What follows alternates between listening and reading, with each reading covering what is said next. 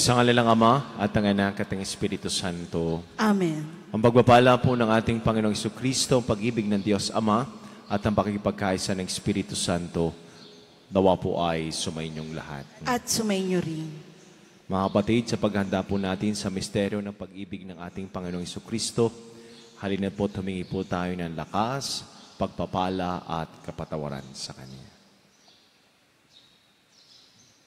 Inaamin ko sa makapangyarihan Diyos At sa inyong mga kapatid, na lubha akong nagkasala sa isip, sa salita at sa gawa, at sa aking pagkukulang, kaya isinasamo ko sa mahal na Birheng Maria, sa lahat ng mga anghel at mga banal, at sa inyong mga kapatid, na ako ipanalangin sa Panginoong ating Diyos. Gawan po tayo ng makapangyarihan Diyos, patawarin po tayo sa ating mga kasalanan, patubayan po tayo sa buhay na walang hanggan. Amen. Panginoon, kaawaan mo kami. Panginoon, kaawaan mo kami. Kristo, kaawaan mo kami. Kristo, kaawaan mo kami. Panginoon, kaawaan mo kami. Panginoon, kaawaan mo kami. Manalangin po tayo.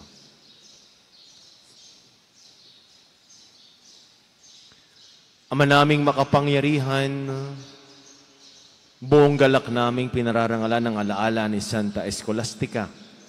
Ang pagtingin namin sa Kanya bilang huwaran sa katapatan ay magbunga nawa ng aming pagkakaroon ng maasahang pag-ibig sa aming paglilingkod sa iyo at sa pamuhay sa walang mali mong kagalakan. Sa pamagitan ni Jesucristo kasama ng Espiritu Santo magpasawalang hanggan. Amen.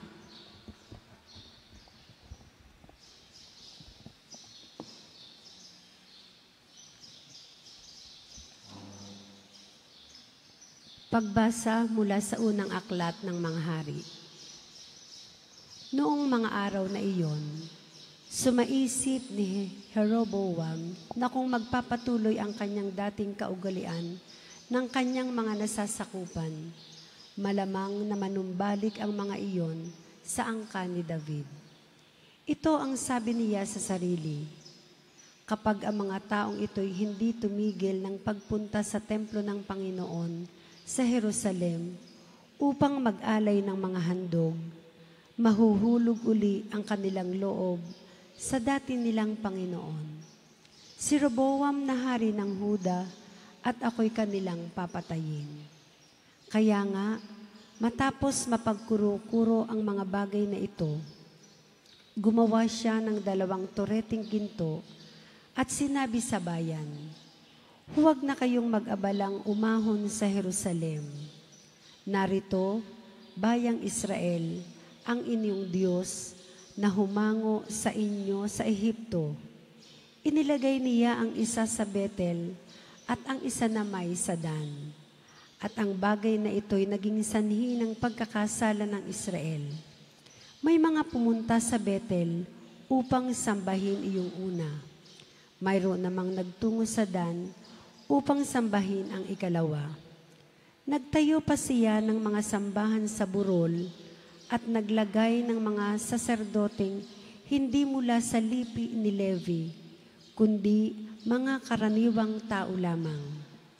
Ginawa niyang pista ang 15 araw ng 8 buwan ng taon, katulad ng kapistahang ipinagdiriwang sa Huda. Naghandog siya sa dambana sa Betel, sa mga toreteng ginto na kanyang ginawa roon, at pinapaglingkod niya roon ang mga saserdoteng inilagay niya sa mga sambahan sa burol. Sa kabila ng ganitong mga pangyayari, hindi tumigil si Jeroboam sa kanyang masamang gawain. Patuloy pa rin siya sa paglalagay ng mga saserdoteng hindi mula sa lipi ni Levi. Sino mang may gusto ay ginagawa niyang saserdote ng mga sambahan sa burol. Dahil sa mga ginawang ito ni Jeroboam, kinamuhian ng Diyos ang kaniyang sambahayan. Ito ang naging sanhi ng hindi niya pananatili sa pagkahari. Ang salita ng Diyos. Salamat sa Diyos. Salmong tugunan. Panginoong masintahin, ang bayan mo'y gunitain. Panginoong masintahin, ang bayan mo'y gunitain. Nagkasala kami tulad ng ginawa ng aming magulang. Ang aming ginawa'y tunay na ditumpak, pawang kasamaan. Ang magulang namin nang nasa Ehipto, hindi alumana. Ang kahangahangang mga ginawa mong kanilang nakita. Panginoong masintahin, ang bayan mo'y gunitain. Sa may bundok ng Horeb, doon ay naghugis niyong gintong baka. Matapos mahugis, ang ginawa nila'y kanilang sinamba. Ang dakilang Diyos ay ipinagpalit sa Diyos na nilikha, sa Diyos na baka na ang kinakain ay damong sariwa. Panginoong masintahin, ang bayan mo'y gunitain. Kanilang nilimot ang Panginoong Diyos, ang tagapagligtas, na yaong ginawa doon sa Ehipto'y kagilagilalas. Sa lupaing iyon, ang ginawa niya'y tunay na himala. Sa dagat na tambo, yaong nasaksihan ay kahanga-hanga. Panginoong masintahin, ang bayan mo'y gunitain.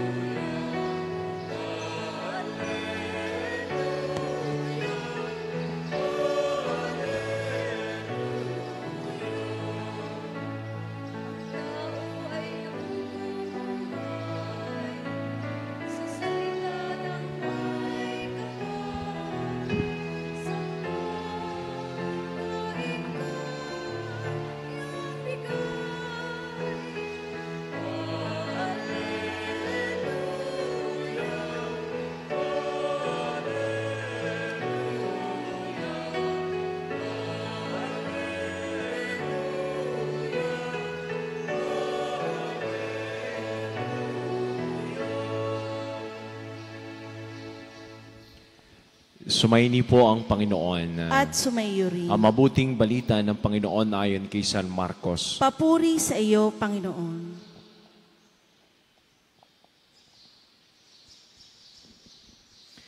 Noong mga araw na iyon, muli nagkatipon ang mga tao. Naubos na nila ang kanilang pagkain, kaya tinawag ni Jesus ang kanyang mga alagad at sinabi sa kanila, "Nahahabag ako sa mga taong ito, sapagkat 3 araw na ngayong kasama ko sila at wala na silang makain. Kung pauwiin ko ng gutom, mahihilo sila sa daan. Galing pa naman sa malayo ang ilan sa kanila. Saan po tayo kukuha ng tinapay dito sa ilang para magkasya sa ganitong karaming tao?" Tugon ng mga alagad, "Ilan ang tinapay ninyo riyan?" Tanong ni Jesus. 7 po, sagot nila. Ang mga tao'y pinaupo ni Jesus sa lupa, kinuha niya ang 7 tinapay at nagpasalamat sa Diyos. Pinagpira-piraso niya ang mga iyon at binigay sa mga alagad upang ipamahagi sa mga tao. Kaya nga ginawa ng mga alagad, mayroon din silang ilang maliliit na isda. Muli siyang nagpasalamat sa Diyos at inuutos niyang ibigay din iyon sa mga tao. Kumain ang lahat at nabusog, at nang tipunin nila mga pira-pirasong tinapay na lumabis, nakapuno sila ng 7 bakol na malalaki at may 4,000 ang kumain. Pinayaw ni Jesus ang mga tao saka siya sumakay sa bangka kasama ng kanyang mga alagad at nagtungo sa lupain ng Dalmanuta. Mga kapatid, ang mabuting balita ng ating Panginoon. Pinupuri ka namin, Panginoong Hesukristo. Magandang umaga po sa ating lahat. Sa mga may birthday po ngayong araw nito, happy birthday. Sa mga wedding anniversary, congratulations po sa inyo. Sa atin pong ebanghelyo, ito po ang tinatawag na ikalawang account ng multiplication of loaves or multiplication of bread sa aklat ho ni Marcos. Meron hong konting pagkakaiba. Sa unang account ho, tungkol ho sa bilang, ang pinakain ay 5,000. Ngayon ay 4,000. Sa unang account ay 12 bakol ang tinutukoy, ang natira. At ito ay tumutukoy sa 12 tribes of Israel. Ngayon naman po ay ang natira ay 7 basket o bakol. Ito naman ay tumutukoy sa 7 lupain ng Kanaan. So kung titingnan ho natin, ang unang himala sa pagpapakain o multiplication of loaves ay sa mga Hudyo, sa mga Israelita. At yung ikalawang multiplication ay nangyari sa lupain ng mga pagano. Anong mensahe nito para sa ating lahat? Ang blessing, ang pagpapala, ay hindi lamang sa mga bayan ng Diyos na tinatawag na Israel.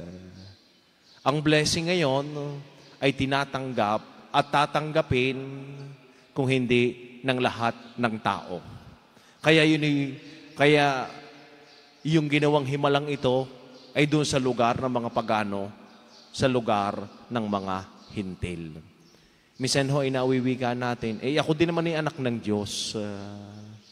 Ako din naman ay karapat-dapat at tumanggap ng biyaya, ng blessing. Kaya kung titingnan ho natin, ang ikalawang accounting ito ay pagpapaalala sa atin kung papaanong ang ating Panginoong Hesus ay nahabag sa mga tao. Kita naman ho ninyo, kahit sila ay makagutom, sila ay sumunod pa rin sa ating Panginoong Hesus. Kaya yung damdamin ay ayaw niyang pauwiin kasi gutom. Kaya ang binibigay ng ating Panginoong Hesus ay hindi lamang ho yung spiritual healing. Pati ho ng ating physical hunger ay binibigay din ng ating Panginoon. Kaya po ito yung multiplication of loaves. Ibig sabihin, yung love ay nanggaling din sa loaves. Multiplication of love. Bakit po tayo pag gustong tumubo ay gusto natin yung multiplication? Pag gusto natin hong magbigay, ang gusto natin ay subtraction. Pag gusto natin kumita, ang gusto natin ay multiplication. Bakit pag magbibigay tayo ng oras sa Diyos, ang gusto natin ay subtraction. Sa buhay natin, ano ba yung dapat ko pang i-multiply? Nangyayari yung himala, kung mayroon ng multiplication, pwede naman gawin ng ating Panginoong Hesus sapagkat siya ay Diyos. Hindi na kailangan ng tinapay, hindi na kailangan sa bahagi ng mga alagad, hindi na dapat siya magtanong, on the spot, pakakainin niya. Pero hindi.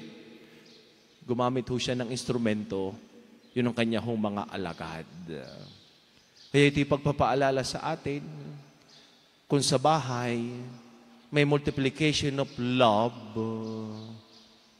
meron hong miracle. Diyan ang ginawa ng mga magulang, kung bakit nakapagtapos ang kanyang mga anak, kasi may multiplication of love. Nagsakripisyo, nagtrabaho, nagpakahirap.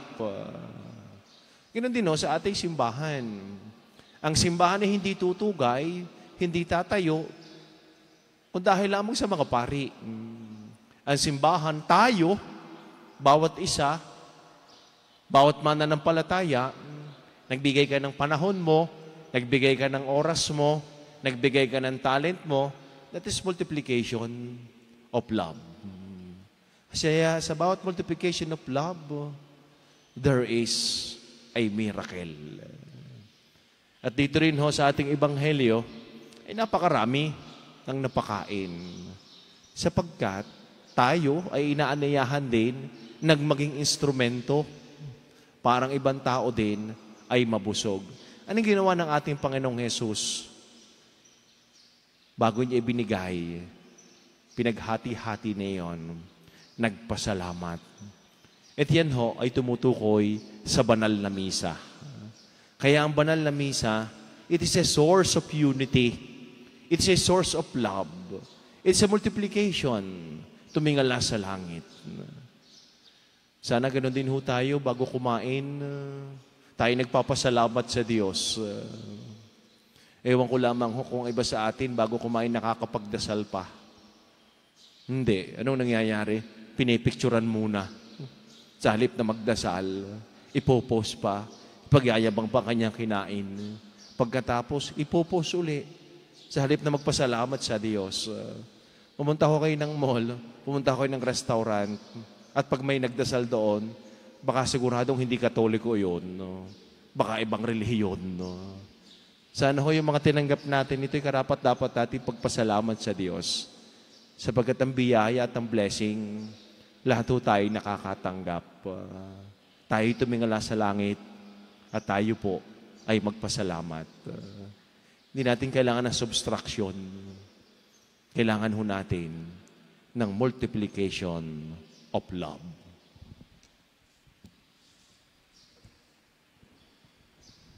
Sa pagpapakain ng 5,000 tao, pinakita ng ating Panginoon ng Diyos Ama ang siyang nagbibigay ng lahat ng ating pangailangan. Hilingin natin sa Kanyang lahat ng biyayang ipagkakaloob niya sa atin. Panginoon, papawiin mo sa amin ang iyong pagmamahal. Panginoon, paapawiin mo sa amin ang iyong pagmamahal.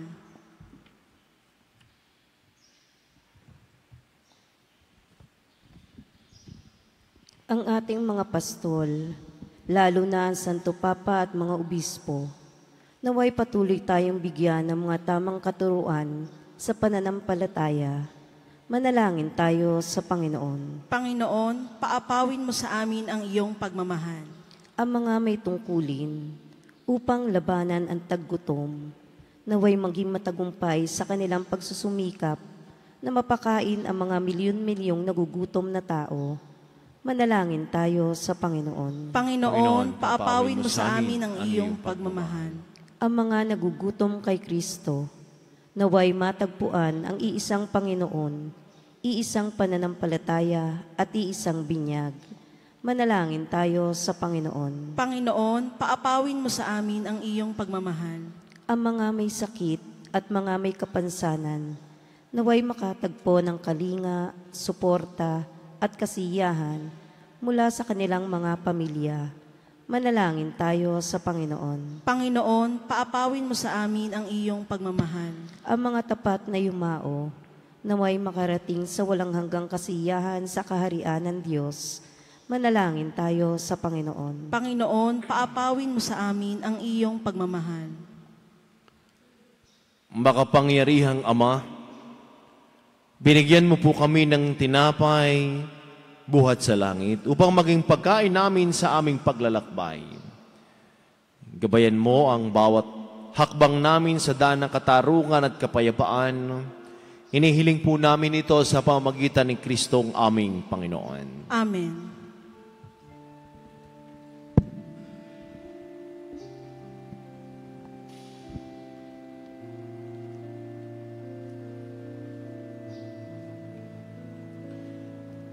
Kapuri-puri ka, Diyos, sa malumi ka sa liputan.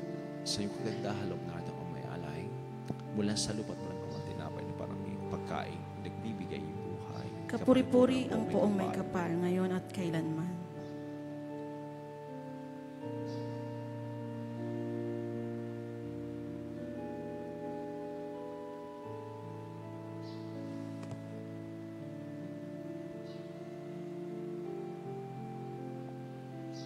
Kapuri-puri ka, Diyos, sa malumi ka sa liputan, sa iyong kagandahalob na may alay, mula sa katas ng upos mga ito parang inubing nagbibigay ng iyong Espiritu. Kapuri-puri ang poong may kapal ngayon at kailanman.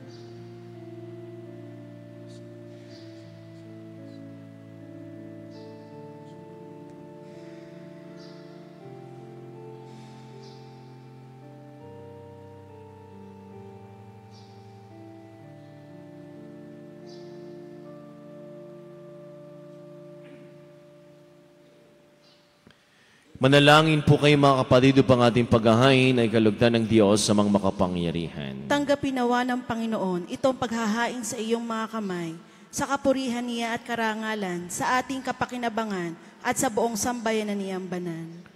Ama naming lumikha, sa pagpapahayag namin sa iyong kadakilaan, ngayong ginugunita namin ang dalagang si Santa Escolastica, ang kalugod-lugod niyang kagitingan sa pamumuhay ay magpagindapat tawang kalugdan mong aming mga alay sa pamagitan ni Jesucristo kasama ng Espiritu Santo, magpasawalang hanggan. Amen. Sumaini po ang Panginoon. At sumaiyo rin. Itaas po sa Diyos ang inyong mga puso at diwa. Itinaas na namin sa Panginoon. Pasalamatan natin ang ating Panginoon Diyos. Marapat na siya ay pasalamatan. Ama naming makapangyarihan, tunay nga po na marapat na ikaw ay aming pasalamatan.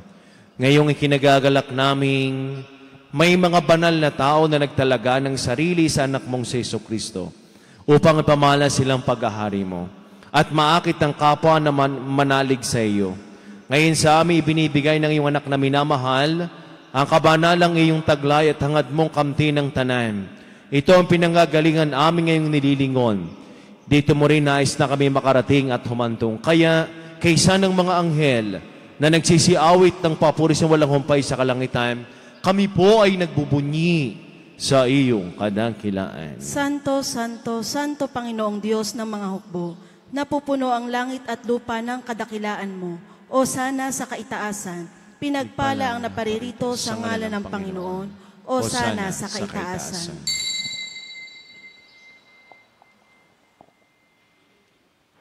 Ama naming banal, ikaw po ang bukal ng tanang kabanalan. Kaya't sa pamagitan ng iyong Espiritu, gayon mong banal ang makaloob na ito upang para sa aming maging katawan at tugo ng aming Panginoong Jesucristo.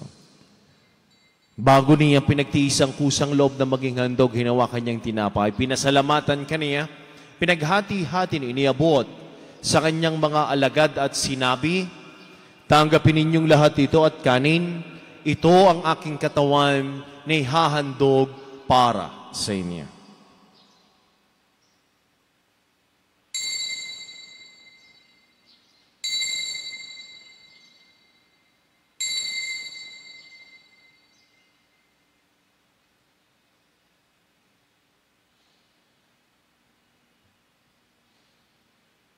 Gayun din naman nung matapos ang hapunan, hinawa kaniyang kalis, muli kanyang pinasalamatan. Inabuti ang kalis sa kanyang mga alagad at sinabi, tanggapin ninyong lahat ito at inumin itong kalis ng aking dugo ng bago't wala hanggang tipan. Ang aking dugo na ibubus para sa inyo at para sa lahat.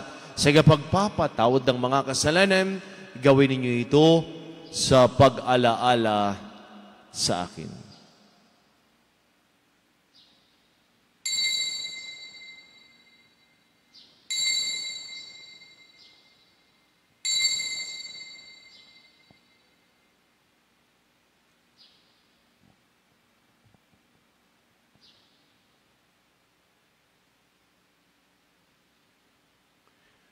Ang misteryo ng ating pananampalataya. Si Kristo'y namatay, si Kristo'y nabuhay, si Kristo'y babalik sa wakas ng panahon. Ama, ginagawa po namin ngayon ang pag-alaala sa pagkamatay at muling pagkabuhay ng iyong anak. Kaya't niaalay po namin sa iyo ang tinapay na nagbibigay buhay at ang kalis na nagkakaloob ng kaligtasan. Kami po ay nagpapasalamat dahil kami ay yung minarapat at tumayo sa harap mo para maglingkod sa iyo. Sinasamo po namin kami magkakasalo-salo sa katawan at tugon ni Kristo, mabuklod sa pagkakaisa sa pamagitan ng Espiritu Santo. Ama, lingapin mo yung simbahang laganap sa buong daigdig. Puspusin mo po kami sa iyong pag-ibig kaysa ni Francisco na aming Santo Papa at Gilbert na aming Arsobispo at ang lahat ng mga kaparian. Alalahanin mo rin po ang mga kapatid naming nahimlay na. Nang may pag-asang sila ay muling mabubuhay, gayon din ang lahat ng mga pumanaw. Kawan mo po sila patuloyin sa iyong kaliwanagan, kawa mo't pangindapatin kaming lahat na makasalo sa iyong buhay na walang wakas. Kaysa ng mahal na Birheng Maria ng Diyos ni Poong San Jose, kaysa ng lahat ng mga apostol, Santa Escolastica, San Jose, Marelot ng lahat ng mga banal, na namuhay disdegdig ng kalugod-lugod sa iyo, may pagdiwang nawa po namin ang pagpupuri sa kararangal mo, sa pamagitan ng iyong anak na aming Panginoong Jesucristo.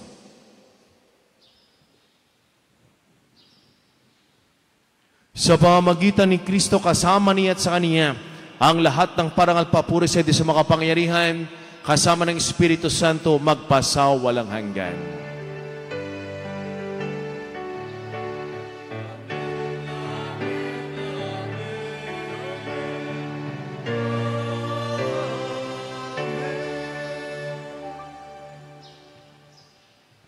Sama-sama po nating awitin na may kababaan ng loob at lakas ng loob ang panalangin tinuro sa atin ng ating Panginoong Jesucristo.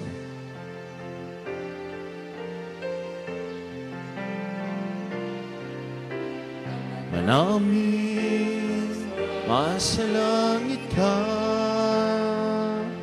sambahin ang ngalan mo.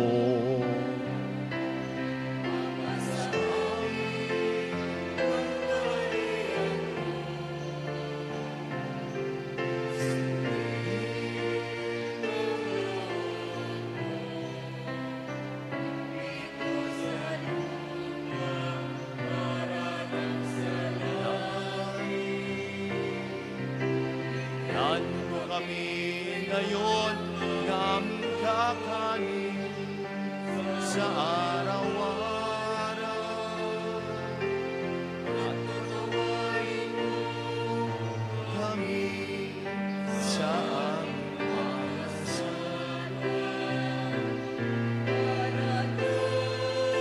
pagpapatawad namin sa nagkakasala sa amin. At huwag mo kaming ipahintol sa tukso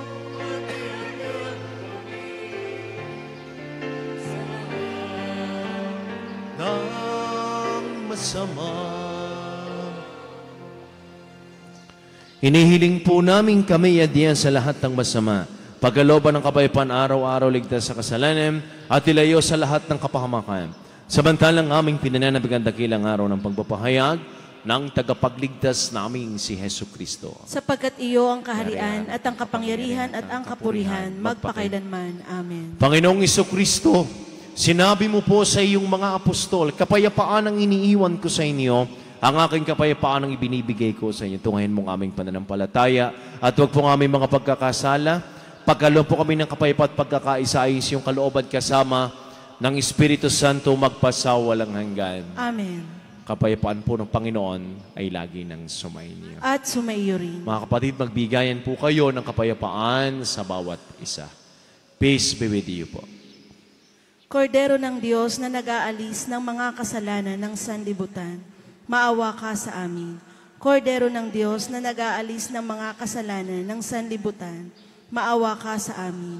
Kordero ng Diyos na nag-aalis ng mga kasalanan ng sanlibutan, ipagkaloob mo sa amin ang kapayapaan.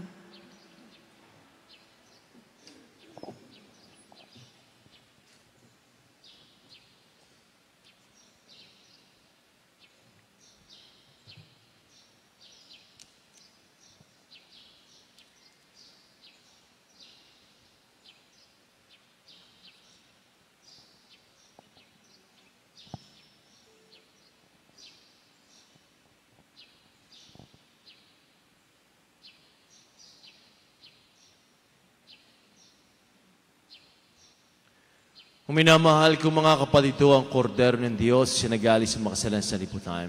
Mapalad po tayong lahat ng mga inaniyahan sa kaniyang banal na piging. Panginoon, hindi ako karapat-dapat na magpatuloy sa iyo, ngunit sa isang salita mo lamang ay gagaling na ako. Ang katawan ni Kristo. Amen.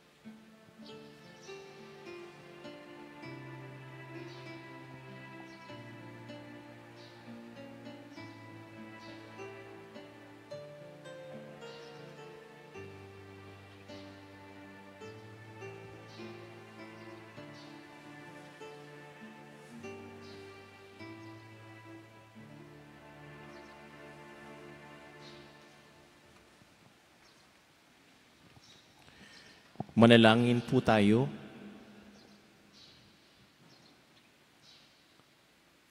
Ama naming mapagmahal, sa pagsasalo po namin ngayon sa banal na pakinabang, matulungan nawa kami ng wala ng katapatan ni Santa Escolastica upang ang tanging ikaw ang aming mahalin habang inaako namin ang malasakit ni Jesucristo kasama ng Espiritu Santo magpasawalang hanggan. Amen. Sumaini po ang Panginoon. At sumayo rin. Pagpalain po kayo, ingatan, gabayan, subaybayan, kasama na po yung buong pamilya ng ating mapagpalang Diyos. Sa ngalan ng Ama at ng Anak at ng Espiritu Santo. Amen. Ang misa po'y naialay na taglin po ninyo ang pag-ibig ng Diyos. Salamat sa Diyos. Magandang umaga po sa ating lahat.